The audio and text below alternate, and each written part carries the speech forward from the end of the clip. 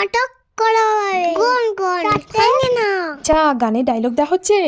কি বানাবে আজকে বানাবো ঘুগনি, কিন্তু একটু অন্যরকম ভাবে, একটু স্পেশাল কি ভাবে। স্পেশাল সেটা তো তোকে দেখতে হবে কি স্পেশাল বানাই।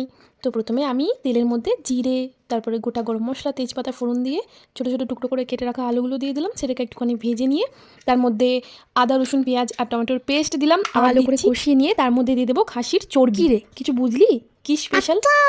এ ব্যাপার সে বুঝিছে কি বুঝলি সেটা তো বল। কি আবার খাসির চর্বি একদম ঠিক ধরেছিস বাবু, খাসির চর্বি দিয়ে আজকে স্পেশাল ঘুগনি বানাচ্ছি।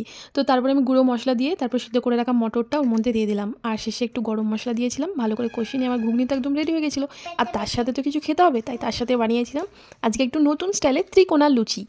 কি ভালো ফুল ছিল, কি ভালো খেতে হয়েছিল কি বলবো। ঘুগনিতে কিন্তু আমি আজকে খুব কম তেল দিয়েছিলাম, কিন্তু যেহেতু চর্বি দিয়েছি সেই জন্য দেখো কি তেল বেরিয়েছে, আর দেখতে কি অপূর্ব হয়েছে, খেতেও সত্যি দারুণ হয়েছিল। খুব টেস্টি